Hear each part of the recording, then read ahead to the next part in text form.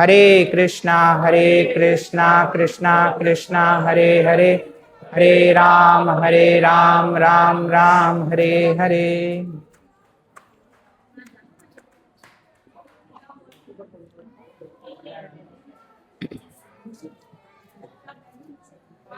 अच्छा नहीं आएंगे प्रभु।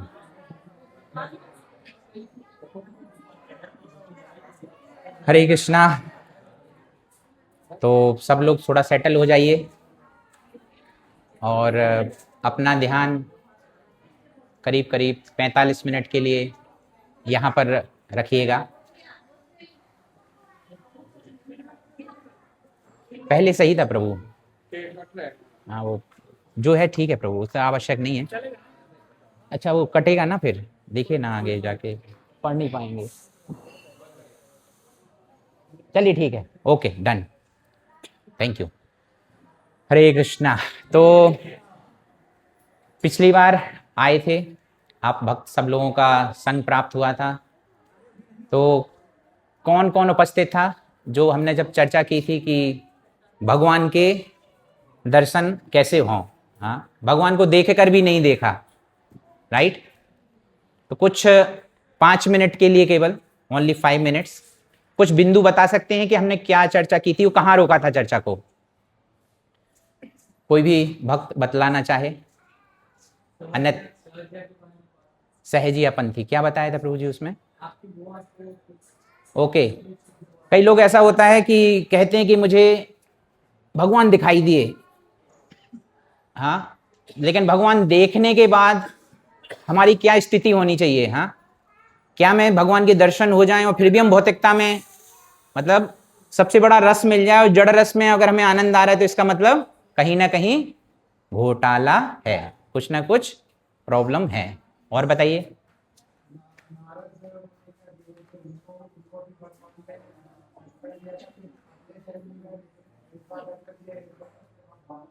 जी, तो वो क्या योग्यता थी प्रभु जी नारद मुनि की? भगवान ने दर्शन दिए। भगवान ने कैसे दर्शन दिए थे नारद मुनि को? हृदय में दर्शन दिए। तो पहली योग्यता, चलिए हम अब शॉर्ट में बता देते हैं, ठीक है। आप भक्तों का धन्यवाद जिनने बतलाया। पहला, दो प्रकार के व्यक्ति, एक जिनको भगवान दिखाई के भी नहीं दिखाई देते। भगवान अगर आज हमारे सामने विग्रह उपस्थित हैं और भगवान अगर साक्षात भी आ जाएं तो भी हम देखेंगे लेकिन हमें नहीं दिखाई देंगे। इसका अर्थ यह है, जैसे दुर्योधन को दर्शन हुए, हाँ, उसने सोचा, भगवान ने जब विराट रूप का दर्शन दिया ना, तो इन्हें लगा कोई जादूगर है। ऐसे ही कहा ना उसने अंत में, अरे कोई जादूगरी है, कुछ नहीं है। लेकिन उसको लगा पहले भगवान है क्या, नहीं नहीं, अरे जादूगर है, जादूगर। और जैसे कालियावन का हमने उदाहरण लिया था, हाँ, वो आया था जो बाहर से गोरा चिट्टा, और सोचते थे जो गोरे होते मैं, मुझसे ज्यादा कोई सुंदर नहीं हो सकता। परंतु जब भगवान को देखा, अरे इतने सुंदर, लेकिन अगले ही पल कैसे इनकी मारने में मैं सहायक हो सकता हूं, जरासंध की मैं कैसे सहायता करूं। तो एक व्यक्ति हैं जो देख कर भी नहीं देख पाते, और दूसरे व्यक्ति हैं जिनमें श्रद्धा होती है, मतलब वो भजन क्रिया में लगते हैं, भगवान को मानना प्रारंभ करते हैं। तो ये क्या होता है, धीरे धीरे सुनने से, भगवान के गुणगान करने से, भगवान की सेवा में लगने से क्या होता है, हमारा हृदय शुद्ध होना प्रारंभ हो जाता है, जिसको हम बोलते हैं अनर्थ निवृत्ति, जो नारद मुनि ने किया। जब नारद मुनि ने अपना हृदय शुद्ध कर लिया तो एक स्थिति आई कि भगवान उनको हृदय में दर्शन देने लगे। तो दूसरी स्थिति क्या है, स्फूर्ति आना। हमने बोला था ना, स्थावर जंगम देखे ना देखे तार मूर्ति, हाँ, सर्वत्र हो निज देव स्फूर्ति। तो उनको ये जो टीन दिख रहा है, हाँ, ये यहां पे प्रोजेक्टर दिख रहा है, यहां लैपटॉप दिख रहा है, यहां जो भक्तगण दिख रहे हैं, यदि आप भक्ति की प्रक्रिया में, तो आपको किसका स्मरण होगा सबको देखकर? भगवान का स्मरण होना चाहिए, क्योंकि ये भगवान की ही सब कुछ विस्तार है, भगवान की ही शक्ति है, राइट। तो उसको बोलते हैं स्फूर्ति। आप कुछ भी देखकर भगवान का स्मरण होने लगे, वो क्या है, एक शुद्ध हृदय की पहचान है।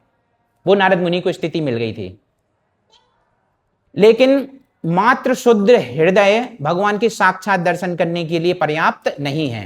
हमने ये समझा था, हाँ, आप बुलाएंगे तो जैसे एक छोटा बच्चा अपनी माँ के लिए रोता है ना, दूध पीता हुआ बच्चा, माँ दौड़ी दौड़े चली आती है ना, उसी तरीके से जो शुद्ध हृदय का भक्त है वो भगवान को पुकारता है, तो भगवान बाध्य हैं आने के लिए हृदय में दर्शन देने के लिए, लेकिन भगवान साक्षात दर्शन देने के लिए बाध्य नहीं है। तो उसके लिए क्या योग्यता बतलाई थी प्रभु जी?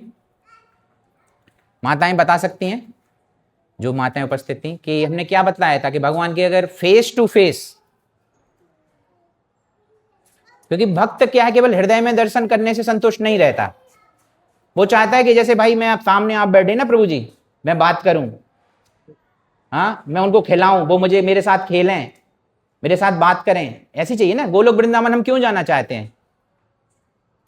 वहां भगवान मिलेंगे ना। भगवान इस जगत में भी, भगवान का ये संपूर्ण जगत है, वो तो हमने भौतिक जगत, भगवान ने क्या है ना, वो बच्चा जो एक उदाहरण आता है ना, एक बच्ची रसोई घर में माँ के पास गई, माँ मुझे खाना पकाने दे, तो माँ क्या करेगी?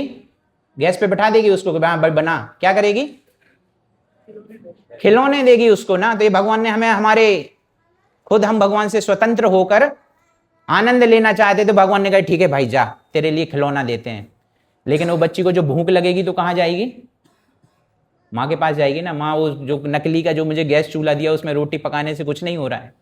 ऐसे हमारा भी है, हम भी जब त्रिताप, हाँ, ये 3 गुणों के अंतर्गत जब हमें क्या बोलेंगे, मतलब सीधी सीधी प्रभुपाद बोलते हैं लात पड़ती है जब हमें माया की, तब हमें लगता है ओ, हम तो भगवान से स्वतंत्र होकर बड़ा आनंद पाना चाहते थे।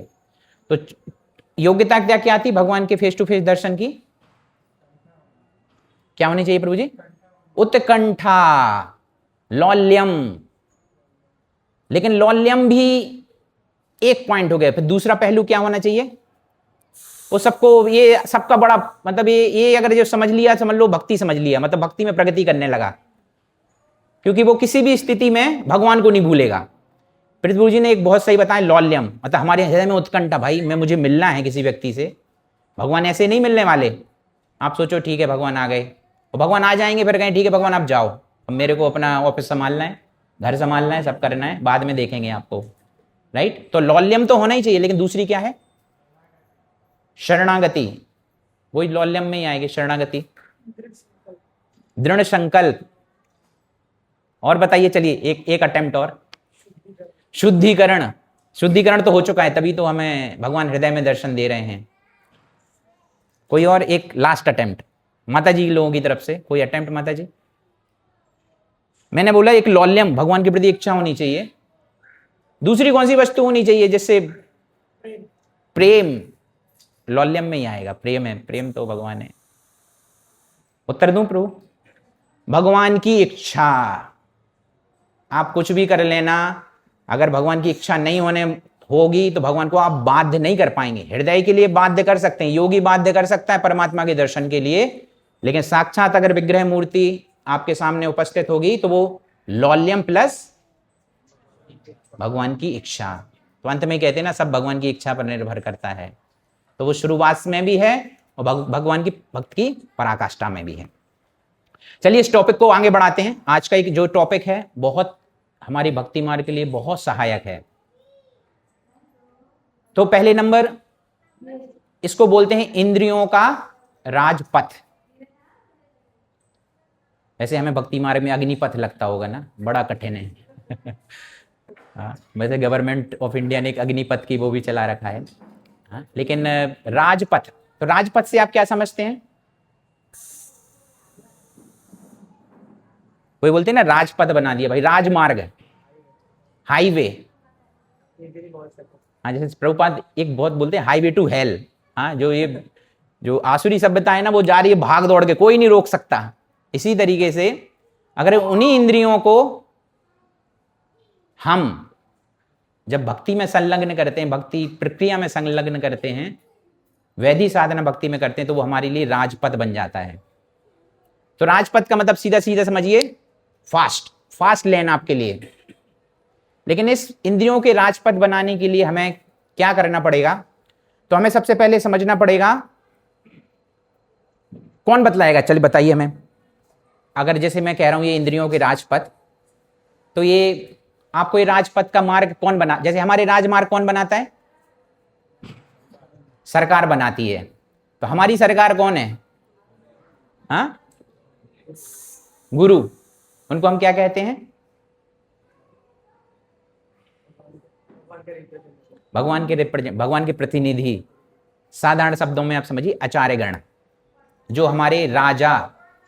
अच्छा, वो हमें तो अभी प्रत्यक्ष तो है नहीं हमारे सामने, तो वो हमें कैसे उनकी बातें पता चलती हैं? वाणी कैसे उपलब्ध है? ऑडियो में सुनते हैं? हाँ, पुस्तक, शास्त्र, भगवद गीता है, श्रीमद् भागवतम है, चैतन्य चरितामृत है, और भी अनेक ग्रंथ हैं, वेद हैं। इनके माध्यम से हमें पता चलता है भाई एक ऐसे राजा रहे हैं, उन राजा ने सरकार भी चलाई, साथ साथ भक्ति भी की, क्योंकि वो धर्म के अनुपालन करने वाले राजा हुआ करते थे। तो आज ऐसे ही एक राजा से हम सीखेंगे कि हम जो भगवान की दर्शन करने की प्रक्रिया है, कैसे हम भगवान के साक्षात दर्शन करें, उस तक कैसे पहुंचा जाए। ये कई जन्मों का प्रश्न है। ये कोई 45 मिनट में आप सीख लेंगे और कर लेंगे, नहीं हो पाएगा। ये क्या है? ये प्रशिक्षण है, दिन प्रतिदिन नियमित तरीके से पूरे जन्म की प्रक्रिया है। परंतु यहां पर हम 45 मिनट में वो चीजें देखेंगे कि हमें भाई जो जीवन भर करना है, उस सिद्धांतों को कैसे लगाएं। हम अपनी जो इंद्रियां हैं, एक इंद्री यहां भाग रही है, आंख कहती है भाई ये देखो, जीभ कहती है ये खाओ, कान बोलते हैं ये सुनो, हाथ बोलते हैं ये करो, पैर बोलते भाई वहां मंदिर ही मत जाओ।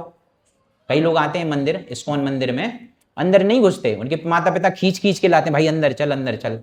बोलता है मैं अंदर नहीं जाऊंगा, मैं कहीं चला जाऊं। तो पैर क्या है? पैर अंदर अनुमति ही नहीं दे रहे। या भगवान के सामने भी आते तो मोबाइल चलाते रहते नीचे सिर करके। वो सब देख लेंगे, देखो बहुत इतनी अच्छी झूमर टंगी है, इतनी अच्छी देखो कितनी पेंटिंग हो रही है।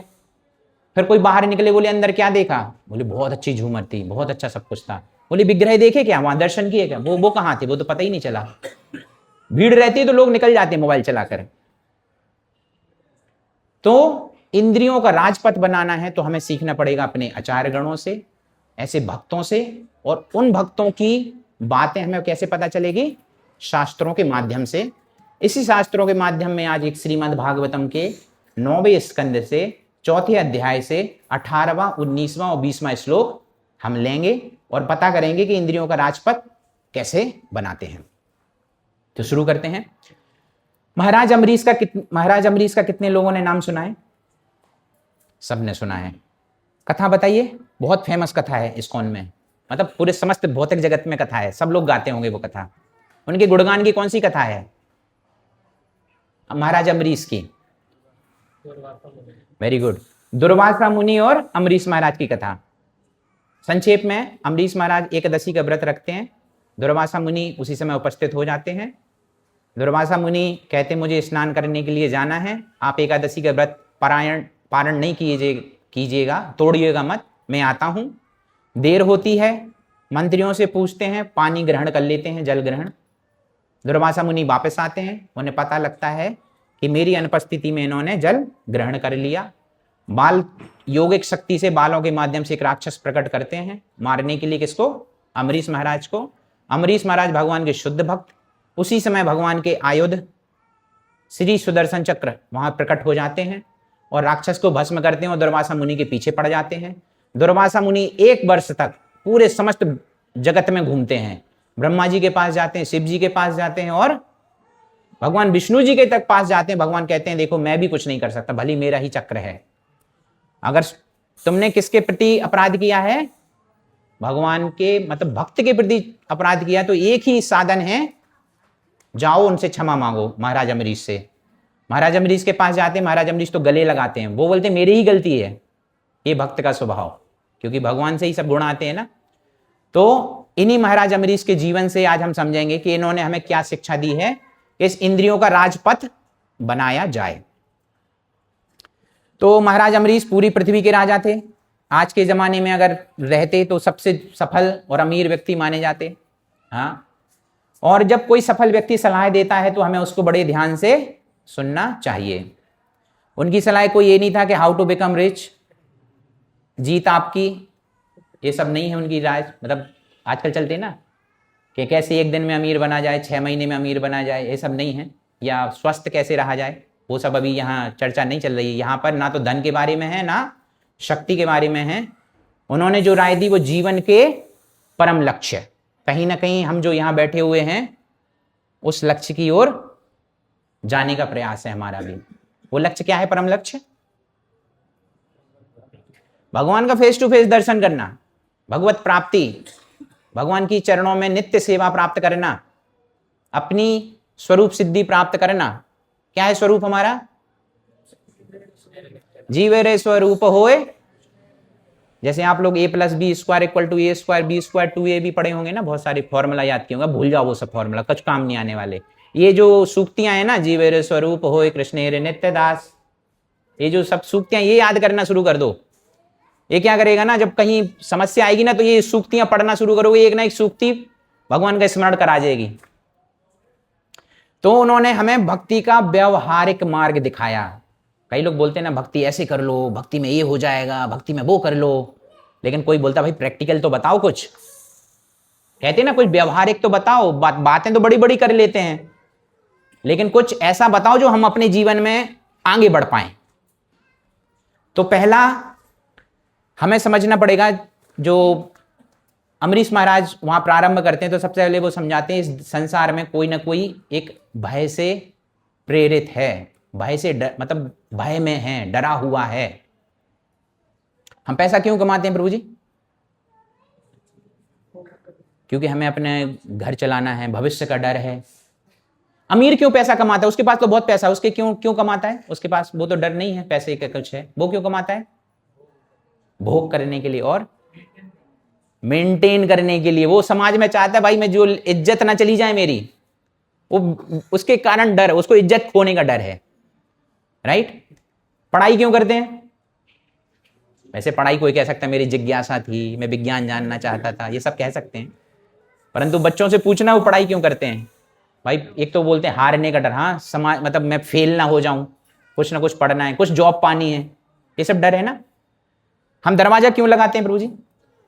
वैसे मैं मेरे काल में तो नहीं, लेकिन मेरे पिताजी के काल तक मेरे गांव में कोई ताला नहीं हुआ करता था, ना दरवाजे हुए करते थे घर में। बड़ा अजीब था ये, हाँ, क्योंकि घर में कोई किसी के घर में घुस के मक्खन दही दूध मठा समझते हो ना, छाछ सब ले जाते थे। लेकिन जब से ये मोबाइल आया, ये सब आया ना, अब वो ज्यादा सुरक्षा होने लगी, तो लोग उनके पास सोना चांदी नहीं आया, वो मोबाइल आ गया तो मोबाइल की सिक्योरिटी के लिए ताला लगाने लगे। तो चोर के डर से हम घर में ताला लगाते हैं। मेकअप क्यों करती है माता जी लोग? हाँ, कुरूप ना लगे, थोड़ा सा वैसा ना लगे। तो ये क्या है ना, ये दुनिया में जो भी हम कर रहे हैं हमें डर चला रहा है, ठीक है। लेकिन जब तक मन में डर रहेगा, जब तक हम जीवन में निर्णय नहीं ले पाएंगे। और मैं ये विषय इसलिए बोल रहा हूं क्योंकि जो इंद्रियों की जो मांगे आ रही है ना हमारी, वो राजपथ नहीं बना पा रहे हैं, वो क्या है, डर नहीं बनाने दे रहा है हमारे लिए। जैसे एक जंगल में एक बच्चा जाए, एक बच्चा अकेला रहे, हाँ, और दूसरा बच्चा अपनी माँ के साथ हो। जैसे यहाँ ये छोटे छोटे बच्चे खेल रहे हैं, अभी कुछ देर के लिए इनकी माँ उठकर पीछे कुछ सेवा में चली जाए, हाँ, प्रसाद भोग बनाने की, हाँ कुछ, तो ये बच्चे तो रोने लगेंगे, अरे माँ कहाँ गई, माँ कहाँ गई। लेकिन वो माँ यहाँ है तो माँ स्वतंत्र है, फिर कुछ भी करेंगे, तो वो डर हट गया ना उनका। इसी तरीके से अमरीश महाराज बतलाते हैं इस व्यवहारिक प्रक्रिया के पहले, अगर हम भगवान का साथ लेते हैं, अगर हमारे भगवान जीवन में है, तो हमारा वो डर समाप्त होता है, धीरे धीरे जाएगा। क्योंकि हमें जितने हम आश्रित होंगे उतनी ही मात्रा में हमारा डर दूर जाएगा। तो भगवान जब हमारे साथ होते तो असंभव भी संभव होता है। जो आज इंद्रियां हमें खींच रही हैं, ये खाओ, ये पियो, ये देखो, ये सुनो, जब कर रहे हैं तो ऐसा लगता है वो थोड़ा सा यूट्यूब पे थोड़ा देख लें, मतलब सबके साथ है, ये मेरे साथ तो है। वो आपको अपना अवलोकन कीजिए, इंद्रियां बहुत मांगे करती हैं, सुबह से उठते ही मांग करना शुरू कर देती हैं। कई लोग तो जप माला बाद में देखते हैं, शौच इत्यादि स्नान के लिए बाद में जाते, पहले 15-20 मिनट मोबाइल चलाते हैं कि भाई कुछ देख लूं अभी क्या दुनिया में चल रहा है। ये हम लोग तो चलो थोड़ा मोड़ा शिला प्रभुपाद की कृपा से थोड़ा मोड़ा समझ रहे हैं, बाहर में तो इतनी बड़ी दुर्गति है लोगों की, इतनी बड़ी दुर्दशा है, समझ में ही नहीं आ रहा उनको। सब फ्रस्ट्रेशन में है, समझ में ही नहीं आ रहा है कि क्या करना है दुनिया में, कहां जाना है, क्या करना है, क्यों दौड़ भाग कर रहे हैं। कल ही कोई एक सर्वे डाला था, उसने 50वीं मंजिल पे एक आदमी खड़ा हुआ था और नीचे से वीडियो बना रहा था, देखो ये मेरी सोसाइटी का स्विमिंग पूल, ये मेरे सोसाइटी का वो लॉन टेनिस होता है ना, लॉन टेनिस का कोर्ट। बोलता है लेकिन मैं आज यहाँ 10 साल से रह रहा हूं, मैं ये जो 1 मिनट भी नहीं मिला कि मैं स्विमिंग पूल में जाके स्नान कर पाऊं। और बोलता है जब मैंने ये मुझे घर खरीदवाया गया तो मुझे बोला गया कि आपके सुनहरे भविष्य के लिए, तो मैंने लोन ले लिया और मैं ये जॉब छोड़ना चाह रहा हूं, तो अब मैं जॉब भी नहीं छोड़ पा रहा हूं, क्योंकि वो लोन कैसे चुकाएंगे, कोई 60-70 हजार की ईएमआई चुकाना है जिसको हर महीने कर्ज लेकर, तो वो जॉब छोड़ना चाहता है, वो स्विमिंग पूल में नहाने जाना चाहता है, छोड़ने जाने ही नहीं देते उसको। बॉस का फोन आ जाता है, भाई तुमने काम किया कि नहीं किया। ये बिल्कुल हकीकत है, हमारी भी यही है, कहीं ना कहीं हम भी यही हैं। तो हमने जो सुख साधन बनाए सब करे, वो कर्ज ऐसा ले लिया कि वो 30-40 साल में चुकेगा। वो घर की आयु 20 साल की, कर्ज चुकाने की आयु 60 साल की, उसके बच्चे भी चुकाते रहेंगे। आजकल ऐसा चलता है कि प्रोविजन, अगर पिताजी नहीं चुका पाएंगे तो बच्चे का नाम कहीं ना कहीं कोलेट्रल में रख देंगे, हाँ उसको भी जमानती रूप से हाँ उनको चुकाना पड़ेगा। पहले तो चलो ईमानदार होते थे लोग, तो भाई पीढ़ी में जाने, आजकल तो भाग जाते हैं। हाँ तो भगवान जब हम भगवान का आश्रय लेंगे, और भगवान का आश्रय लेने का क्या तरीका है प्रभु जी, हम कैसे लेते हैं, भगवान का संग कैसे करते हैं रोज, भगवान का नाम लेकर, कली काले नाम रूपे कृष्ण अवतार। हाँ मतलब यही तो है ना, हमारे जो नाम के रूप में भगवान ने अवतरित हुए हैं, नाम प्रभु, उसके थ्रू हम कर रहे हैं। विग्रह सेवा में लगे हुए हैं, भगवान विग्रह के रूप में अवतरित हैं। भक्त दिए हैं इतने अच्छे अच्छे सब आसपास। प्रभु जी हर युग में सब कुछ था, नाम था भगवान का, लेकिन जो साधु संग है ना, ये कलयुग की विशेषता है। हम सब कर रहे हैं लेकिन साधु संग को सबसे लास्ट में रखते हैं हम लोग। हम सोचते हैं ना मैं खुद ही जप कर लूंगा, मैं खुद ही ग्रंथ वितरण कर लूंगा, अकेला जाके 100 भगवत गीता बांट के आता हूं, मैं अकेले ही प्रसाद बना लूंगा, मैं अकेला ही सब कुछ दुनिया चला लूंगा। लेकिन अकेले अकेले करेंगे तो भगवान के दर्शन की जो मार्ग है, इंद्रियों का जो पथ है, वो कभी नहीं बनने वाला। क्योंकि जब रोड डलती है ना प्रभु जी, ये रोड बन रही है, इतनी ऊबड़ खाबड़ है अभी, लेकिन जब चिकनी हो जाएगी ना, उसके पहले तो क्या है ना, घर्षण होना चाहिए हमारी इंद्रियों का, कोई आके हमें थोड़ा सा डांट कान पकड़ने वाला भी होना चाहिए हमारे जीवन में, तभी वो इंद्रियों का पथ बनेगा। लेकिन हम कितना अनुमति देते हैं किसको, वो तो है ही। इसलिए अकेला जीना बंद, भक्तों का संग लीजिए, तो ये भगवान की कृपा है। तो भगवान ये भी बोलते हैं ना, मतलब भक्त लोग बोलते हैं कि राखे कृष्णा मारे के, मारे कृष्णा, तो ये वाली शुक्ति दूसरी, ये हमेशा याद रखो। निडरता, जितनी आप गंभीरता से जप करेंगे, जितनी गंभीरता से भक्तों का संग करेंगे, भक्तों की सेवा करेंगे, जिस मात्रा में आप प्रसाद ग्रहण करेंगे, जिस मात्रा में आप आचार्यों के द्वारा निर्देशित जो बुक डिस्ट्रीब्यूशन है, वर्णाश्रम धर्म में जो भी उन्होंने आयाम दिए हैं, उस मात्रा में आप लगेंगे, उतनी मात्रा में आप डर से दूर होते जाएंगे। तो वहां पर 18वें श्लोक में इसकी प्रक्रिया बतलाते हैं कि जो इंद्रियों का राजपथ कैसे बनाया जाए। तो ये पहला मंत्र आज का, सबही मनः कृष्ण पदार विंदयो। तो पहला कदम क्या है, मन को भगवान के चरणों में लगाएं। आप बोलेंगे मन तो सब इंद्रियों का स्वामी है, मन तो सबसे लास्ट में आएगा ना।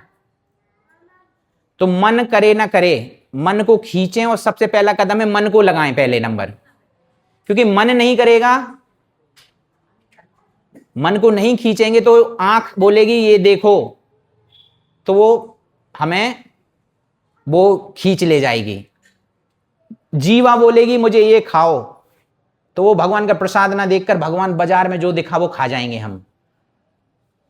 और एक समस्या केवल नए लोगों की नहीं, ये 50 जो 30-40 साल भक्त हो जाते हैं, जो उनको भी इंद्रियां खींच ले जाती हैं। तो कहीं ना कहीं वो मन को जो फोर्सफुली, एक ट्रेनिंग है हमारी ये।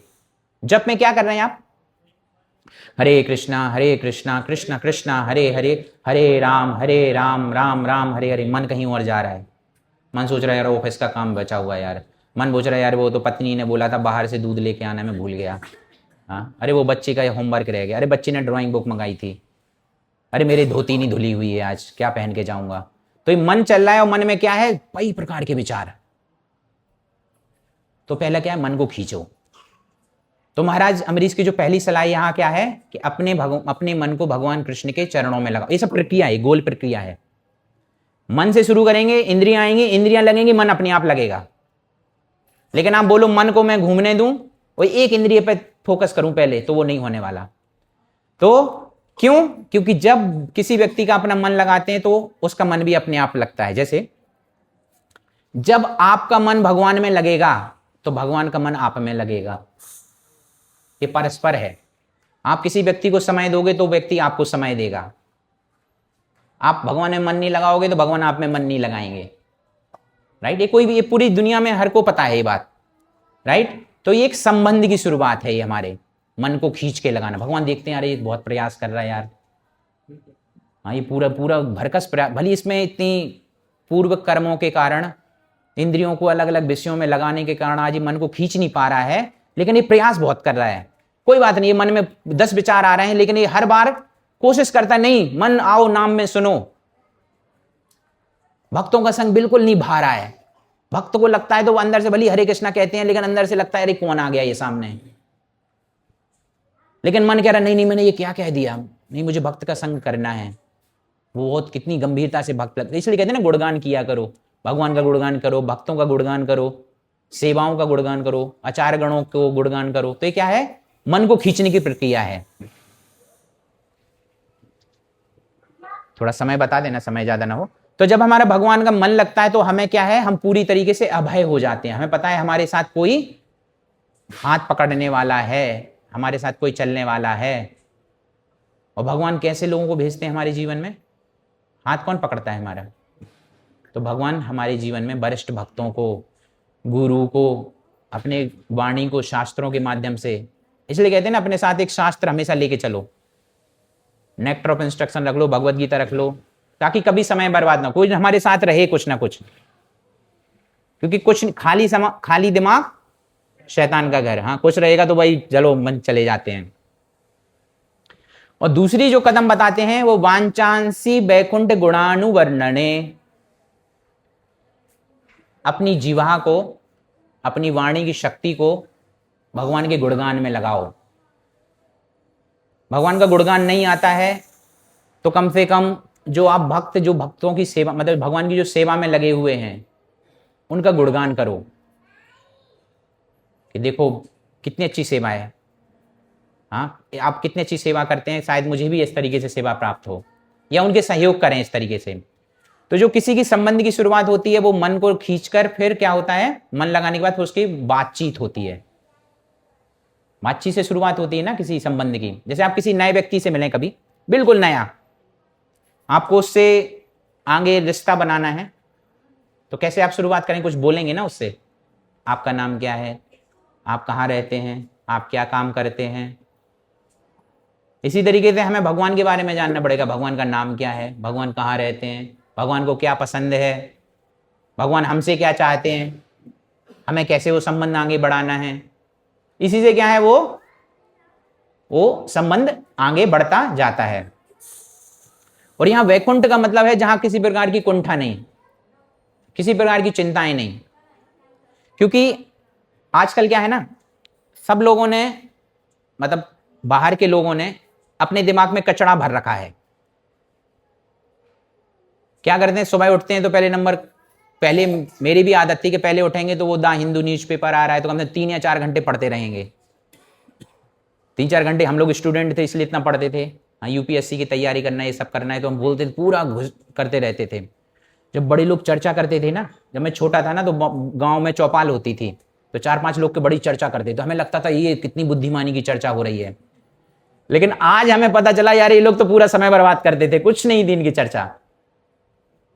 जो जगत में कीचड़ है उस कीचड़ की चर्चा कर रहे हैं। हाँ शौचालय के बारे में, जिसको जगत है ना, इसको शौचालय बोला गया है। तो जो जीवन में जो आवश्यक चीजें नहीं हैं, जो व्यर्थ की चीजें, उसी में ही सब लोग व्यक्ति पड़े हुए हैं। तो न्यूज सुनना, ये अखबार पढ़ना और बेकार की चीजें। और आजकल तो ये बीमारी केवल पहले पुरुषों की थी, अब तो माताओं को भी लग गई। जो बूढ़ी बूढ़ी माताएं होती हैं, जो उनको जीवन में कुछ लेना देना नहीं उससे, जैसे एक माता जी बोली यार बेटा क्या होगा, ये रसिया यूक्रेन का युद्ध हो गया, समझ में नहीं आ रहा है। मैंने कहा माता जी आपको क्या लेना देना, 60 साल, मतलब मैंने कहा आपको क्या लेना। बोले नहीं बेटा वो ट्रंप ने टैरिफ लगा देगा तो हमारे देश का क्या होगा, हाँ रिसेशन आने वाला है, फिर पता नहीं मंदी, बोले मोदी ने ये कर दिया, फिर बोले एनआरसी बहुत अच्छा हो रहा है, वो क्या बोलते हैं एसआईआर बहुत अच्छा हो रहा है, भाग रहे। मतलब इतना ज्यादा हो गया है कि जो बूढ़े लोग भी, वो लोग भी आजकल इसी व्यर्थ की चर्चा, इसको क्या बोलते हैं व्यर्थ की चर्चा को, प्रजल्प, अत्याहार प्रयासश्चा प्रजल्पो नियमाग्रह जनसंगस्य लौल्यम चा षड्भिर भक्तिर विनश्यति। तो ये जो प्रजल्प है ये क्या भक्ति को नष्ट कर देता है, ये डर पैदा करता है। अरे भाई तुम्हें क्या लेना देना है कि इजराइल रसिया यूक्रेन, जिसको करना है वो निर्णय लेगा। आप अपने जीवन संबंधित प्रश्न करो ना कि भाई मेरे को ये समस्या है, वो उस तरीके से। तो जो जीवन में कुछ लेना देना नहीं उसमें अपना समय लगा रखा है। तो बैकुंठ का मतलब है बैकुंठ की चर्चा करना जहां किसी तरीके की कुंठा नहीं, किसी तरीके की चिंताएं नहीं। जब उन वस्तुओं की हम चर्चा करेंगे, वो चिंताएं कहां, वो वस्तुएं कहां मिलेंगी, वो ग्रंथों को पढ़ने से। रामायण पढ़ो, हाँ हमारे आचार्यगणों ने दे दिया, महाभारत पढ़ो, भगवत गीता पढ़ो, भागवतम पढ़ो, तो अपने आप ऑटोमेटिकली जो जीवा है, क्योंकि देखिए संतरा होता है ना, उसको दबाते तो क्या निकलता है, संतरा निकलेगा ना। करेला को दबाएंगे तो क्या निकलेगा, करेला का जूस बनेंगे। तो जो अंदर आपके मन में घुसेगा, जो आप अपने मन में अपने करेंगे, तो जीवा से वो ही निकलेगा। कालापन है, हृदय में कालापन है, तो आप कुछ ना भी प्रयास करोगे, क्योंकि आप जो अंदर डालोगे वही बाहर आएगा ना। गार्बेज इन गार्बेज आउट, कचड़ा डालेंगे कचड़ा बाहर आएगा। भगवान के गुणगान डालेंगे, भगवान के गुणगान सुनेंगे, तो भगवान के मुख से जब वाणी निकलेगी तो क्या निकलेगा। तो ये भी ट्रेनिंग है, जीवन भर की ट्रेनिंग है कि हम किस तरह अपनी जीवा को भगवान के गुणगान में लगाएं। तीसरा कदम, करौ हरेर मंदिर मार्जन आदिशु, हाथों को क्या करें हम, भगवान के सेवा में लगाएं। मंदिर मार्जन सबसे इफेक्टिव उपाय। आज ही परम पूज्य भक्ति विकास स्वामी महाराज ने एक प्रवचन दिया है, सुना है, कितने लोगों ने सुना है वो। उन्होंने सुना है कि वो कचरा फैलाते हैं हम लोगों की आदत होती है कि कुछ प्लेट डाल दिए, कप डाल दिए, खाया पिया फेंक दिया। तो उन्होंने बताया कि ये जो मार्जन करने की जो विधि है, ये क्या करती है, हमारे हृदय को शुद्ध कर देती है। और भगवान श्री चैतन्य महाप्रभु ने भी गुंडीचा मार्जन की लीला दिखाई है ना।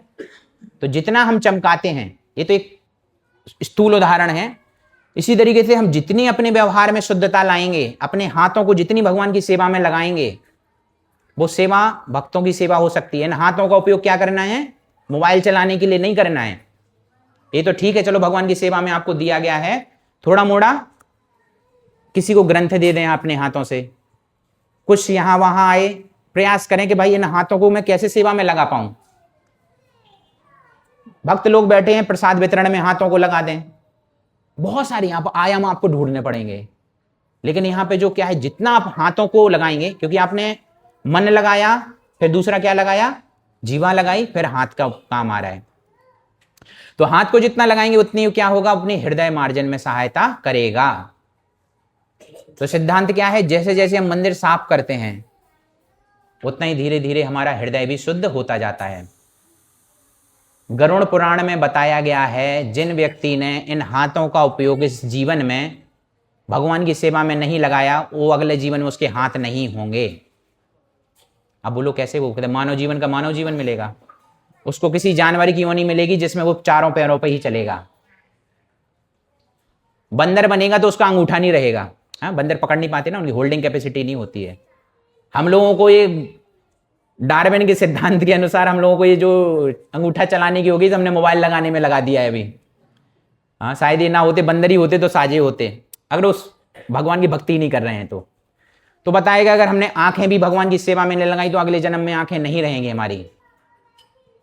या रात भर जागने की आदत है तो उल्लू बना दिए जाएंगे, दिन में जागने की आदत है तो बकरे बना दिए जाएंगे। हाँ, ऐसा होता है ना।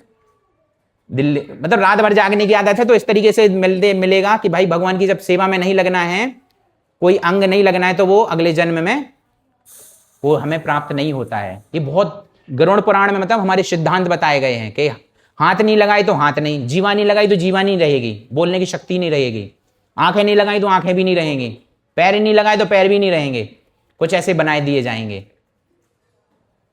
तो जो भगवान सेवा में नहीं करता हुआ है अगले जन्म में अंग नहीं पाता। चौथा, और ये बहुत जरूरी चीज, वैसे जीवा से ही शुरुआत होती है ना हमारी भक्ति, सेवन मुखे ही जीवा दो। हमने शुरू किया हरे कृष्णा कृष्ण कृष्णा हरे हरे, हरे राम राम राम हरे हरे। मुंह से बोले जा रहे हैं तोते की तरह, अगर हम सुनेंगे नहीं, मन को नहीं लगाएंगे तो वो व्यर्थ है। करोड़ों जन्मों तक करते रहे आप, सिद्धि प्राप्त नहीं होने वाली, मतलब भगवान के चरणों के प्रति आसक्ति नहीं मिलने वाली। तो कानों को श्रुतिम चकारच्युत सत कथोदये, भगवान की कथा सुनने में अपने कानों को लगाएं। वो जो लौल्यम बताया था ना प्रभु जी ने, वो हमें लौल्यम होना चाहिए, कहाँ कथा मिल जाए। प्रभु जी मैं कोई अतिशयोक्ति नहीं बता रहा हूं, हमारे शास्त्र कहते हैं कि देवता गण भी जो आप इस तरीके से बैठ के कथा सुन रहे हैं वो भी अवसर ढूंढते हैं, और करोड़ों जन्मों में नहीं उनको मिलता कथा सुनने के लिए, क्योंकि सब भोग में है वहां स्वर्गलोक में। आप समझिए ना कि हमारे बड़ौदा में भी कितने केंद्र चल रहे हैं जहां पे इस तरीके की कथा हो रही हो। इस्कॉन में भी संडे टू संडे ही चलता है, यहाँ पे भी शायद फ्राइडे और क्या संडे, फ्राइडे ओनली। अब सोचिए सप्ताह में हमें केवल एक दिन मिल रहा है, वो भी 45 मिनट। उसी में भी अगर हमने अपने कानों को नहीं लगाया भगवान को सुनने में, तो हमसे बड़ा गया गुजरा कोई नहीं। ऐसे आजकल तो मोबाइल चल गया है, सब चल गया है, तो आप कथा किसी भी समय सुन सकते हैं, परंतु जो ये भक्तों के संग में बैठने का जो कथा सुनने का महत्व होता है वो अलग ही है। वो बहुत परिवर्तन लाएगा आपके हृदय में, क्योंकि समस्त इंद्रियां यहां लग गई हैं। मोबाइल में तो ऐसा है ना, आप और भी काम करते रहते हो, सुनते रहते हो, वो साक्षात व्यक्ति के साथ आपका संपर्क नहीं है अभी, तो वो सुनना ऐसा नहीं प्रभावी नहीं है, क्योंकि वाणी के माध्यम से उपस्थित हैं आचार्यगण, परंतु उन्हीं आचार्यों का गुणगान करना, भगवान का गुणगान करना इस तरीके से नहीं। तो प्रभु जी को क्या आवश्यकता थी? प्रभु जी तो एक व्हाट्सएप ग्रुप बनाते, बोले घर पे बैठो, जूम में क्लास दूंगा मैं। हमें क्यों प्रसाद की प्रभु जी इतनी मेहनत कर रहे हैं, क्यों इतने सभी व्यवस्था कर रखा है? तो घर बैठ के भी हमारा, वो तो आजकल कहते हैं ना वर्क, क्या वो ऑफिस वर्क फ्रॉम होम, भक्ति फ्रॉम होम ओनली। हाँ घर में रहो, मंदिर आने की आवश्यकता नहीं है। तो करोड़ों अरबों रुपए खर्च हो रहे हैं मंदिरों पे, इसलिए कि हम आए और एक कथा सुन सकें। और जो कथा नहीं सुनता वो शास्त्रों में लिखा है, मैं अपने कुछ विचार नहीं रख रहा हूं, ये जो अमरीश महाराज और कथा मतलब भागवतम में जो चर्चा आ रही वो बता रहे हैं, तो आप थोड़ा बुरा ना मानिएगा। जो कथा नहीं सुनता है उनके कानों को क्या बताया गया है? सांप का बिल। सांप जहां रहेगा वो विष जरूर रहेगा। तो आप अगर भगवान की कथा में अपने कान में श्रवण में नहीं लगा रहे हैं तो आपका क्या हो गया? सांप का बिल। और हम लोगों की भी एक वो कथा याद आती है, गांव की खेत की याद आ जाती है मुझे, सांप का बिल आता है। चूहे होते हैं ना प्रभु जी, चूहे क्या करता है? बिल बनाता है अपने खेत में, बहुत जगह गेहूं के खेत जैसे, तो बहुत सारे चूहे रहेंगे, अपना अपना बिल बनाएंगे और थोड़ा थोड़ा सा गेहूं लाके वहां इकट्ठा करेंगे अपने बिलों में। लेकिन कुछ चूहे जो आसुरी होते हैं, मतलब बड़े चोरी प्रवृत्ति होती है, थोड़ा वहां का मिल जाए वहां का मिल जाए, तो क्या होता है कभी कभी एक सांप आता है किसी चूहे के बिल में बैठ के, चूहा खाता वहीं बैठ जाता है। अब वो किसी और दूसरे बिल में नहीं जाता, उसे पता है कि कोई ना कोई गेहूं लेने आएगा यहाँ पे, होशियार व्यक्ति ये कर, जैसे हम लोग भी घूम रहे हैं ना, यहाँ जाएंगे, ये खाएंगे, वो लाएंगे, ये करेंगे, वो करेंगे, ठीक है ना। तो वो चूहा आता है, बड़े मजे से वहीं बैठा रहता, 15-20 दिन बैठेगा, चूहे खत्म पूरे के पूरे। कुछ होशियार चूहे जो थोड़े सात्विक चूहे रहते हैं वो अपने बिल में रहते हैं, वो भक्ति नहीं करते, वो सात्विक सोचते हैं हाँ मैं तो संतुष्ट हूं, लेकिन सांप आगे वहां भी खा जाता है। हाँ, तो उन सांप के बिलों में, मतलब चूहे के बिल थे जो सांपों ने बिल बना लिए, और वहां पे क्या है? विष, मृत्यु ही हमारी इंतजार कर रही है। ऐसे हम लोग भी है ना, एक दिन हमने भी अपना बिल बनाया हुआ है, सब इकट्ठा कर रहे हैं, मृत्यु रूपी सर्प भी एक दिन आएगा हमें खा जाएगा। इसलिए उससे पहले क्या है? हाथों को, आंखों को, कानों को, सबकी भगवान की सेवा में लगाएं और प्रगति करें। और जैसे मैंने बताया, महान ऋषि मुनियों, देवी देवताओं, इनको करोड़ों वर्षों में भी ये जो कथा सुनने का, श्रवण करने का अवसर नहीं प्राप्त होता है, जो हम श्रील प्रभुपाद की कृपा से हमें प्राप्त हो रहा है, प्रभु जी के प्रयास के माध्यम से प्राप्त हो रहा है। आप सब लोग भी इसमें सहयोगी हैं, ऐसा नहीं केवल प्रभु जी का सहयोग है। आप लोग नहीं आएंगे तो प्रभु जी अकेले क्या कर लेंगे?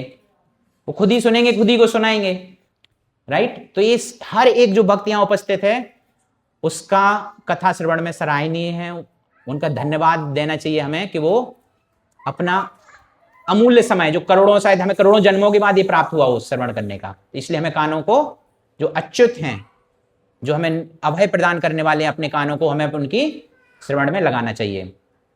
और सबसे महत्वपूर्ण सिद्धांत, हम भगवान को फेस टू फेस देखना चाहते हैं, परंतु हमें शुरुआत में इन आंखों से नहीं दिखाई देने वाले। भगवान हमें दिखना है तो हमें कानों से शुरुआत करनी पड़ेगी, कानों से ही देखना शुरुआत हमें करना पड़ेगा। हरे कृष्ण महामंत्र बोल रहे हैं, सेवन मुखे ही जीवादो, परंतु उनको कान से भी श्रवण करना पड़ेगा साथ में। उस समय अगर आप अपना मन यहां वहां भगाएंगे, मोबाइल चलाएंगे या अन्य बातें करते रहें, कई लोग तो बात करते हैं, दीक्षित भक्त हो गए, 20-20 साल हो गए, हरे कृष्णा, और सब्जी पक गई क्या, अरे भूख लगी है क्यों नहीं अभी तक बना, हरे कृष्णा, अरे क्या बोल रहा था, हरे राम, नहीं क्या, हरे कृष्णा कृष्णा हरे हरे। या माला करते करते एक बार मंत्र पढ़ा, 5 राउंड हो गए, मतलब 5 गुड़िया खसक गए, हरे कृष्णा कृष्णा, तो रिकॉर्ड 2 मिनट में माला हो गई। अगर प्रसाद बन गया तो वो छोड़ो यार, वो तो मैं अभी खाते खाते बोल लूंगा, कोई बात नहीं। तो जब हम इस तरीके से माला करेंगे तो क्या है, वो नाम अपराध में आएगा, क्योंकि 10वां नाम अपराध क्या है, ध्यान पूर्वक जप ना करना, तो ये सुनना नहीं। और एक बात और प्रभु जी, अभी हम भगवान से बात करेंगे तो भगवान हमें उत्तर देते हैं क्या, नहीं देते ना अभी। तो भगवान ने क्या दिया इसका माध्यम, हम भगवान कैसे दिखाई देंगे फिर, जब हम भगवान से बात कर रहे हैं, भगवान तो बात कर नहीं रहे, तो हमें कैसे, क्या दिया है भगवान ने हमें, अरे आप लोग दिए हैं, मैं आपसे बात करूंगा, आप भगवान के बारे में बोलेंगे, हम बोलेंगे, तो उसी से श्रवण होगा ना। संबंध की शुरुआत भगवान से, भगवान के भक्तों के द्वारा है। श्रील प्रभुपाद कहते हैं, आप कृष्ण को डायरेक्ट पाना चाहोगे, नहीं पा पाओगे, लगे रहो जितने चाहे, वो एक आचार परंपरा के माध्यम से ही जाना पड़ेगा। भोग कैसे लगाते हैं आप लोग, डायरेक्ट भगवान को बोलते हैं क्या, आचार के जो परंपरा है उसके माध्यम से ही भगवान के पास जाते हैं ना।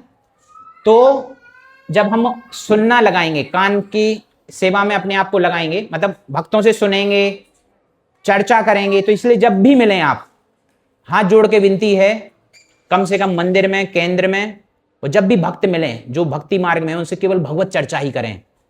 रसिया, यूक्रेन, ट्रंप, मोदी, जो भी सब चीजें, सब व्यर्थ हैं, कुछ नहीं होने वाला उससे। हाँ, हो सकती कुछ समस्या हो आपकी, जो भक्ति मार्ग में बाधा उत्पन्न कर रही है, वो किसी वरिष्ठ भक्त से सलाह ले सकते हैं, परंतु अगर भक्ति से संबंधित नहीं है, कृष्ण से संबंधित नहीं है, तो कृपया चर्चा करना बंद कर दीजिए, नहीं तो वो आपके कान आपको सांप का बिल बना के बैठा देंगे वो लोग, वो प्रजल्पी ही कहलाएगा, और ऐसे प्रजल्प हमारी भक्ति को नष्ट कर देगा, आपको पता भी नहीं चलेगा, और आपकी भक्ति खा जाएंगे। आपको लगेगा अरे मैं तो यार इतना सेवा करता था। तो इसलिए अपने कान को उधार मत दीजिए किसी को भी कि भाई सुनाओ क्या कहना है, उनको बोलो और आज आपने क्या पढ़ा, आपने कौन सी सेवा की, इसी की चर्चा करें। क्योंकि देखो बाहर सुनाने वाले 10 लोग हैं, पत्नी सुनाएगी, पति सुनाएगा, बाबा जी, दादाजी सुनाएंगे, दादा, सब सुनाने वाले हैं, दुनिया बॉस सुनाएगा, सब सुनाने वाले हैं। लेकिन अगर वही चीज आप भक्तों के संग में भी करेंगे तो बाहर की दुनिया अंदर की दुनिया में क्या अंतर रह गया। इसलिए शुरुआत क्या होगी भगवान के देखने की, जो हम चर्चा किया था, वो कहां से शुरुआत होगी, कानों से। तो भगवान के दर्शन होंगे कानों से, और उन कानों को लगाने के लिए हमें भगवान ने भक्त दिए हैं चर्चा करने के लिए। तो सुनने की शक्ति का एक दृष्टांत है। आप बोलेंगे कि भाई भगवान तो उत्तर देते नहीं। तो एक बार क्या हुआ, एक बार एक मंच पर श्रील प्रभुपाद एक प्रवचन दे रहे थे अफ्रीका में, और एक व्यक्ति, काला सा व्यक्ति, निग्रो जो थोड़े होते हैं ना उस तरीके से, वो आके पीछे खड़ा हो गया। सब स्टेज पे बैठे हुए थे, कुर्सियां डली हुई थी, वो आके देखा और आदमी को नहीं पता चला कौन है।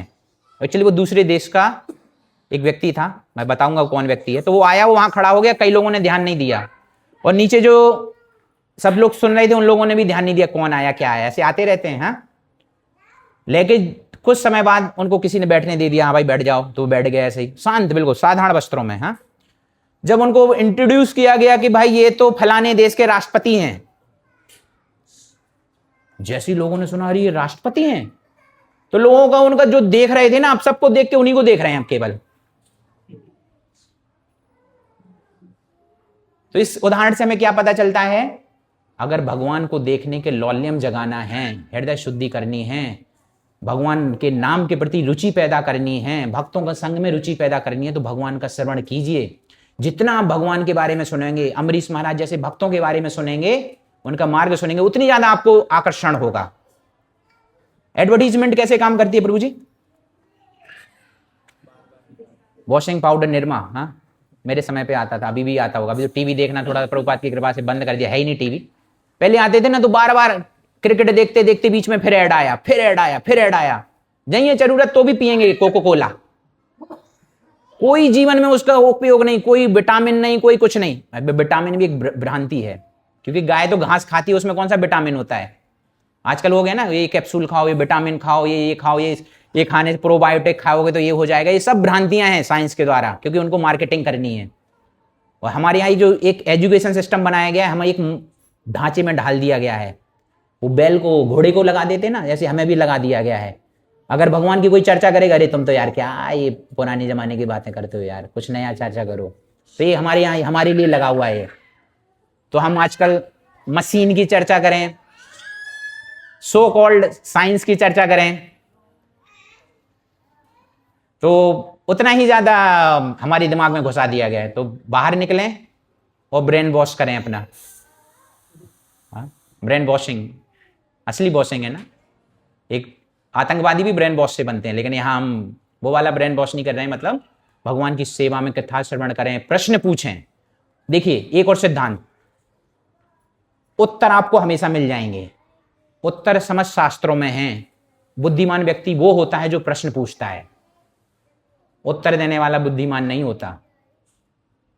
आप समझिए बहुत बड़ा मैं क्या प्रश्न कर रहा हूं। अगर आपके प्रश्न ही नहीं होंगे तो मैं उत्तर भी दे दूंगा, तो क्या कर लेंगे आप? आपका प्रश्न ही नहीं है कि मेरा नाम जप में मन नहीं लगता है, तो आप मैं आपको बता भी दूंगा विधि को, तो आप कैसे करेंगे? आपका प्रश्न ही नहीं है कि मुझे भगवान को फेस टू फेस देखना है, तो फिर प्रक्रिया का मतलब ही क्या है? आपको पता ही नहीं है कि मेरी इंद्रियां व्यथित हैं, मैं इतने भाग रहा हूं, तो मैं अगर इंद्रिया का राजपथ बताऊंगा तो भी क्या रह गया? इसलिए हमारे जीवन में प्रश्न होना चाहिए और प्रश्नों के उत्तर मिलेंगे ही, क्योंकि भगवान यही देखेंगे इसका प्रश्न उठा है, अब मुझे इस भक्त को भेजने दो, मुझे इस ग्रंथ को, इस भगवत गीता के इस घर में भक्त में पहुंचाने दो, ताकि उसको उत्तर मिले। कितने मिनट हैं? 8:30 हो गए प्रभु जी। 5 मिनट, ठीक है। तो अब हम थोड़ा सा राजपथ पे अब स्पीड पकड़ लेते हैं थोड़ी सी। तो जब हम जानकारी नहीं लेते हैं किसी के बारे में, सुनना पसंद नहीं करते हैं, तो हम सोचते हैं नाम जप में रुचि नहीं आ रही, भक्तों के संग में रुचि नहीं आ रही, सेवा में रुचि नहीं आ रही। इसका प्रभाव अभाव क्या है? हम सुनना पसंद नहीं करते, हम जानना पसंद नहीं करते। बोले सब आ जाएगा, वो सहजिया बोलते हैं। अरे वो तो राधे राधे जपते रहते हैं, वो पूरे पड़े रहते हैं। उनकी स्थिति हो सकती है किसी की, उन्हें प्रणाम है। परंतु अगर आपने शास्त्रों का अध्ययन नहीं किया, एक शुद्ध भक्त से श्रवण नहीं किया भगवान के गुणगान का, तो कभी आपको भक्ति, कभी आकर्षण नहीं उत्पन्न होने वाला। जैसे इस राष्ट्रपति के साथ हुआ था, जैसे राष्ट्रपति सुना, नजरिया ही चेंज हो गया लोगों का। अरे भाई राष्ट्रपति, अब बोला है तो लोग खड़े हो गए, पहले तो बैठ के बोल रहे थे पता नहीं कौन है, राइट। तब जब भगवान का सुनते हैं ना, उनकी लीलाएं सुनते हैं, पूतना को कैसे मारा, बकासुर को कैसे मारा, अम्बरीश महाराज का कैसे उद्धार कर रहे हैं, भगवान चक्र भेज रहे हैं, देखो दुर्वासा मुनि को चक्र में, ये जब कथाएं सुनते हैं ना, इनका स्मरण होता है, तो क्या होता है? भगवान की महानता पता चल जाती है, भगवान कितने महान है हमारे जीवन में। फिर है मुकुंद लिंगालयं दर्शने दृशौ, तो 5वां है आंखों से भगवान की सुंदरता देखें। आए तो देखो कितना सुंदर सजा रखा है, भगवान की फूल माला से कितना सुंदर विग्रह है। इस्कॉन मंदिर जाते, वाह क्या सुंदर श्रृंगार करते हैं। ये हमारे मन में आना चाहिए दर्शन, क्योंकि हम नहीं देखेंगे तो हमें सांसारिक सुंदरता दिखाई देगी। जो एक पंकज, हाँ पंख समझते हैं ना, कीचड़, वो कीचड़ ही है, वो जो प्रजल्प करेंगे तो वही है हमारे लिए। और कोई व्यक्ति नाली का पानी पीना कभी पसंद नहीं करेगा, आप सपने में भी नहीं चाहेंगे। परंतु ये सांसारिक चर्चा करना, सांसारिक सुंदरता देखना, मोबाइल पे 10 प्रकार की चीजें देखना, वो क्या है? हमारी उस गंदे जल को ग्रहण करने के समान है। मतलब ऐसा समझिए थोड़ी सी युक्ति में। तो भगवान की आंखों से क्या है? भगवान की सुंदरता देखें। तदगात स्पर्शा, भगवान के भक्तों का संग करें, उन्हें स्पर्श करें। तो स्पर्श कैसे करना है? थोड़ा प्रभु जी आइए, थोड़ा सा टच कर लीजिए। कैसे करना है स्पर्श? शुद्ध भक्तों के चरणों का। भक्तपाद वो है ना, भक्तपाद धूली,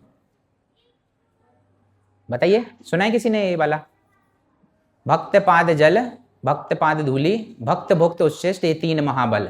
भक्तों के पद की धूली, भक्तों के जो चरणों का जो जल होता है और भक्तों की भुक्त जो उच्छिष्ट होता है महाप्रसाद, महाप्रसाद, ये 3 महाबल हैं।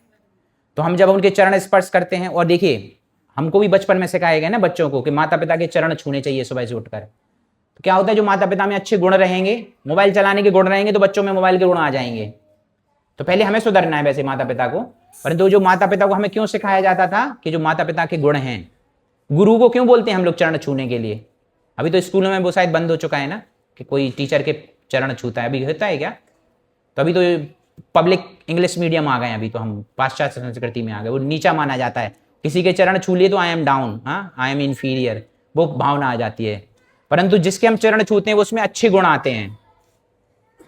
तो जो बहुत गंभीरता से भक्ति में लगे हैं, यथारूप पालन कर रहे हैं, उनके भक्तों की हमें क्या सेवा करना चाहिए। चरण छूने का मतलब ये नहीं कि हम चरण पकड़ते रहें, उनका मतलब है विनम्र भाव से उनकी सेवा में लगना। वो सेवा भावना हमारी भक्तों का संग और उन्हें स्पर्श करने के बराबर है। और भगवान कहते हैं कि जो मेरा भक्त है वो मेरा भक्त नहीं है, वास्तविकता में जो मेरे भक्तों का भक्त है वो मेरा भक्त है। गोपी पद कमलयोर दास दासानुदास। तो ये 6वां कदम है। और साधु के दर्शन, भगवान कहते हैं भगवान के भी दर्शन से बेहतर हैं, क्योंकि भगवान तो बात नहीं कर रहे हैं अभी। भगवान के दर्शन को पाना है तो पहले साधुओं का दर्शन कीजिए, उनसे श्रवण कीजिए, और क्योंकि वो हमें क्या करते हैं, भगवान के बारे में बतलाते हैं। इसलिए महत्वपूर्ण क्या है, साधु संग आदि भगवान के भक्तों के संग में रहना। और ये क्या है, प्रगति का सबसे सरल मार्ग है भक्तों के संग में रहना। जैसे मुंबई की ट्रेन होती है ना, लोकल ट्रेन, जिसने चढ़ा हो, अपने आप नहीं चढ़ोगे, आपको बस खड़ा हो जाना है लाइन में, अपने आप घुसा देंगे, अपने आप पहुंचा देंगे, और वहां आपको उतरना है, बस आगे खड़े हो जाइए, धक्का करके उतार भी देंगे।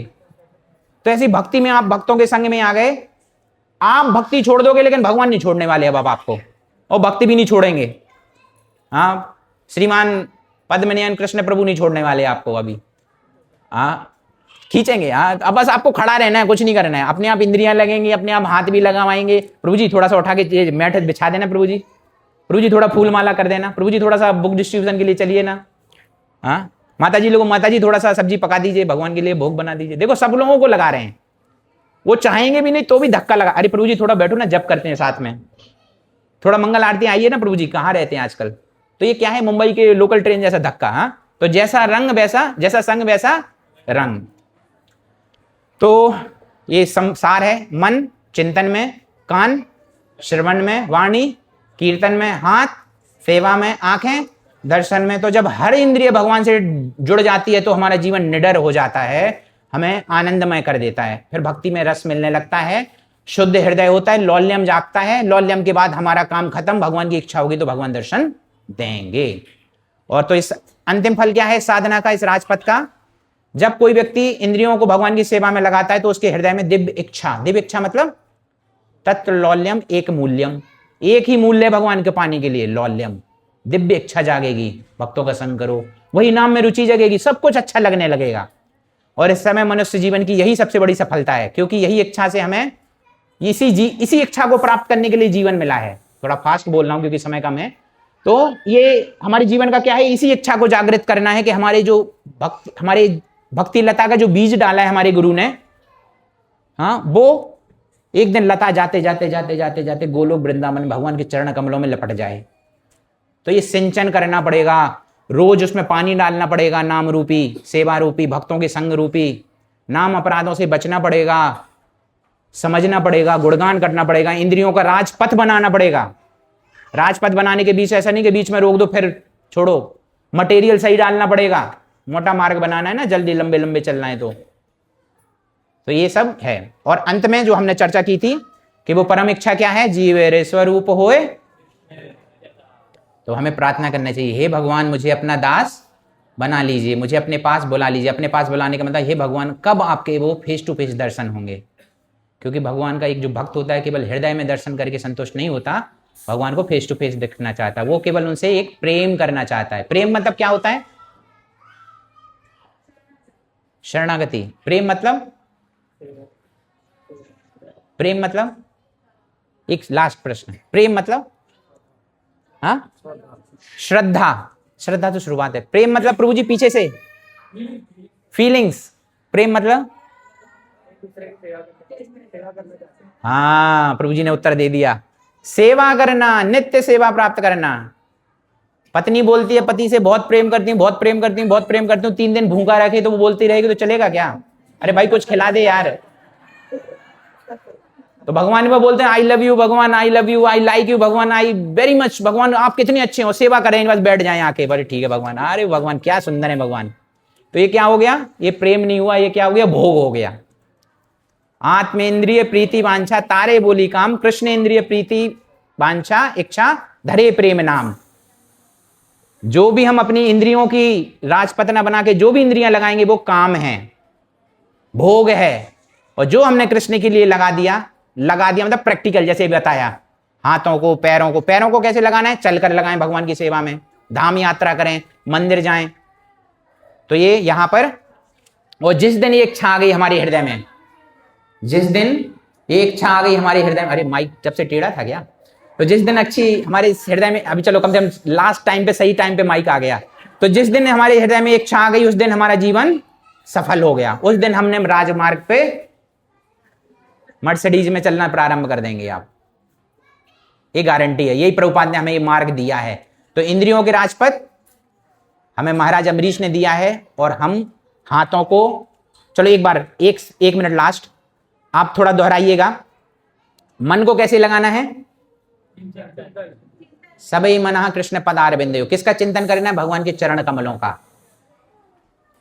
आंख को कैसे लगाना है? दर्शन में। मन को चिंतन में, हाँ भगवान के जो बोला था, आंखों को दर्शन में, हाथों को कैसे सेवा? कौन सी सेवा? कौन सी सेवा से शुरू करना है? झाड़ू लगाने की सेवा से करना है। सबसे पहले मांगो मुझे झाड़ू लगाने के लिए दो प्रभु जी। पहले की माताएं जो गांव में रहती थी, पहले अपने घर में सफाई करने के पहले उनकी ड्यूटी होती थी कि जाओ भाई माता का मंदिर है, जो भी मंदिर है, शिव जी का मंदिर है, जो भी, तो वो झाड़ू लगाने जाती थी वहां पर। उन्हें पता है मैं झाड़ू लगाऊंगी तो मेरे हृदय की शुद्धि होगी और सेवा भाव आएगा। पैरों को कैसे लगाना है प्रभु जी? मंदिर जाने में, धाम की परिक्रमा करने में, गोवर्धन की परिक्रमा करने में। जीवा को कैसे लगाना है? नाम जप करने में, गुणगान करने में, भगवान का और भगवान के भक्तों का, दोनों का। भगवान का बहुत गुणगान कर रहे हैं लेकिन भक्त बोलते हैं अरे यार कहाँ आ गया ये आदमी, नहीं, दोनों का गुणगान। और क्या रह गया? कानों को, ये सबसे ज्यादा जरूरी है। भगवान के दर्शन आंखों से नहीं होने वाले, भगवान के दर्शन होंगे किससे? कानों से। और कानों से सुनेंगे, लौल्यम जागेगा तो भगवान के दर्शन होंगे। तो यहीं विराम करते हैं, थोड़ा समय हो गया उसके लिए क्षमा चाहता हूँ। किसी का कोई प्रश्न या कुछ अनुभव? समय है प्रभु जी प्रश्न के लिए? जी। श्रवणम को इफेक्टिव कैसे बना सकते हैं? श्रवणम को इफेक्टिव कैसे बना सकते हैं? भक्तों के संग में श्रवण करने से, एक और एकमात्र उपाय। क्योंकि नींद आएगी तो भगवान का जो भक्त बैठा रहेगा उठा देगा, भाई क्यों सो क्यों रहा है। उदासीन भक्तों के साथ मत रहिए, जो आप भी सोते रहे, बोले अच्छा सो गया कोई बात नहीं मैं सुन लूंगा पूरा। तो इसलिए एक ऐसे भक्त के साथ रहिए जो आपका कान पकड़े या एटलीस्ट आपको करेक्ट करे। जीवन में बहुत जरूरी है, जो हमसे कोई थोड़ा डांट लगाने वाला है, हमें सुधार करने वाला होना चाहिए। तो श्रवण अगर आप इफेक्टिव बनाना है तो ऐसे भक्तों के संग कीजिए जो उनको श्रवण में पहले से रुचि है, क्योंकि वो रुचि वही दे पाएगा जिसमें रुचि पहले से है। तो वो आपकी सहायता करेगा कि भाई अच्छे से सुनो। दूसरा, श्रवण को इफेक्टिव बनाने के लिए सुनने के बाद चर्चा करो। पहले नोट्स बनाने की विधि है, अगर आप बना सको तो बहुत अच्छी बात है, क्योंकि आप भूल जाएंगे ये सब। शायद 2-3 बातें ही याद रहेंगी, जैसे उनको बुआ जी याद रही थी मेरी प्रभु जी को, बाकी सब भूल गए। मतलब उनको याद रहेगा, मैं ऐसे कह रहा हूँ, मुझे भी भूल गया था, कहते बुआ जी कहाँ से आ गई मेरी। तो होता है ऐसा। तो भक्तों के संग कीजिए, उनसे मार्गदर्शन लीजिए और चर्चा कीजिए, क्योंकि श्रवण में जब आत्मचिंतन होगा ना, मनन होगा ना उस पर, ओके मैंने ये सुना तो 5 मिनट शांत रहिए, अब ठीक है मैंने ये सुना, फिर चर्चा कीजिए। प्रभु जी ये जो प्रभु जी ने बताया बहुत अच्छा बताया, या प्रश्न है तो प्रश्न कीजिए। मैंने बताया ना, बुद्धिमान वो व्यक्ति है जो प्रश्न करता है। तो श्रवण को इफेक्टिव बनाने के लिए भक्तों का संग जो आपको करेक्ट करें, उदासीन भक्तों के साथ नहीं। अरे वो बैठे हैं भाई सो जाओ, मैंने देखा है भागवतम कक्षा में, मैं सो जाता हूँ, कोई अगल बगल वाला उठाता ही नहीं, बोले सोने बड़े भक्त हैं भाई। वो हमसे कोई गया गुजरा और सबसे निम्न भक्त कोई नहीं होगा हमारे जैसा, हाँ, फिर भी कोई अगल बगल वाला नहीं करेक्ट करने वाला है। तो ये दुर्भाग्य हमारे जीवन में कोई हमें बताने वाला नहीं है, क्योंकि हमने खुद ही नहीं खोल लगा। हम स्वतंत्र, हम सोचते हम ही राजा हैं। तो ये राजा की फीलिंग क्या करेगी, आपको डुबो जाएगी। बोले राजा बने रहो, भगवान भी कहते मैं राजा हूं, तुम कैसे राजा हो गए। भक्तों का संग दूसरा, श्रवण करके चर्चा करें, नोट्स लिखें, सब करें और मनन करें, आत्मचिंतन करें और प्रश्न पूछें। प्रश्न करेंगे तभी श्रवण में रुचि आएगी ना। एक प्रभु जी हैं, उनके माता पिता मुंबई जूहू में थे, वो अभी बहुत बड़े प्रचारक हैं। उनका नाम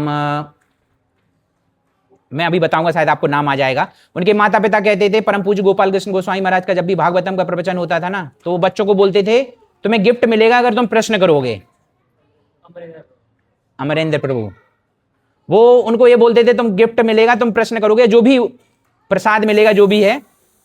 तो वो उनको प्रश्न करने की इतनी आदत हो गई, आज देखो भागवतम के इतने बड़े प्रचारक बन चुके हैं।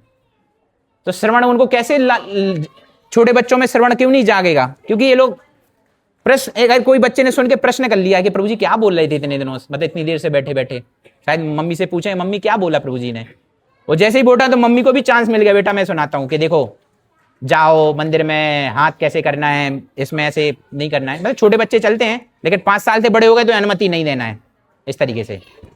और तो ये हैं, कई और मार्ग हैं, लेकिन ये सबसे बड़ा इफेक्टिव है साधु संग में सुनना। मोबाइल पे सुनते रहेंगे कभी रुचि नहीं आने वाली, इसलिए रोज प्रयास करें मिले, लेकिन कम से कम सप्ताह में एक बार। वो आजकल हो गया ना कि संडे के दिन घूमने जाते हैं, तो एक दिन आए और सुने, और क्या। तो यही चर्चा विराम करते हैं। ग्रंथराज श्रीमद् भागवतम की, जगत गुरु श्रीला प्रभुपाद की।